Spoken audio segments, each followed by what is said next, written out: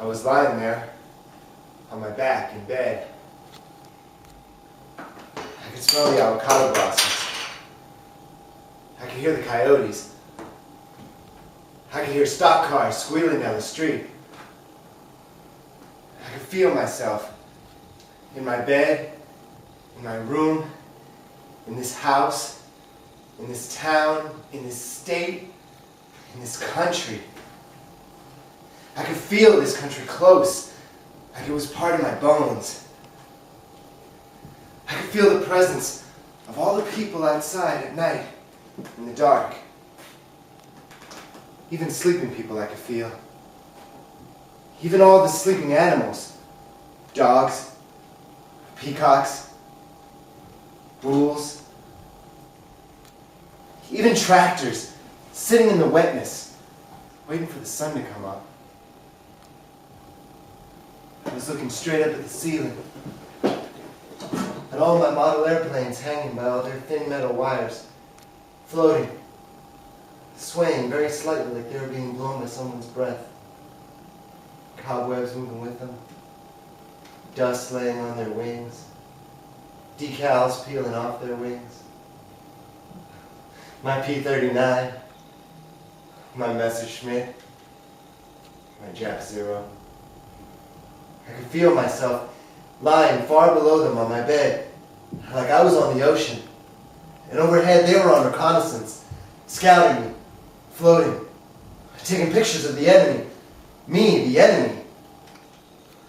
I could feel the space around me, like a big black world. I listened like an animal. My listening was afraid. Afraid of sound. Tense. Like any second something could invade me. Some foreigner. Something indescribable. Then I heard the Packard coming up the hill. From a mile off, I could tell it was the Packard by the sound of the valves.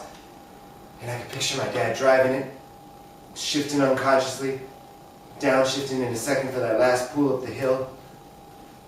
I could feel the headlights closing in, cutting through the orchard.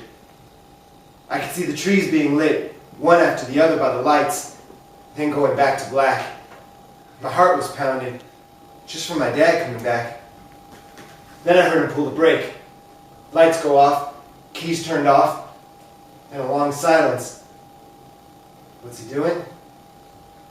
Just sitting, waiting to get out.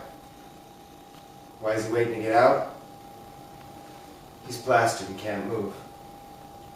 He's plastered and doesn't want to move. He's going to sleep there all night. He slept there before. He's woken up with dew on the hood before.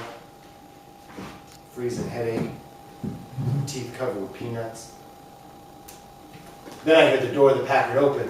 A pop of metal. Dogs barking down the road. Door slams. Feet. Paper bag being tucked under one arm.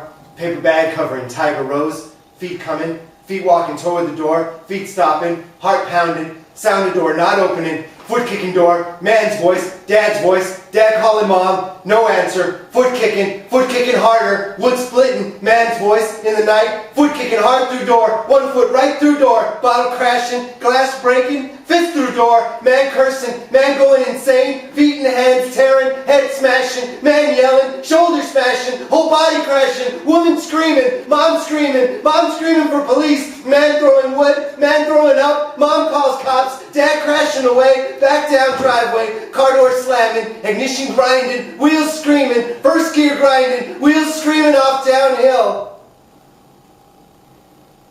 Packard disappearing. Sound disappearing. No sound. No sight. Plane still hanging. Heart still pounding. No sound. Mom's still crying. Soft crying.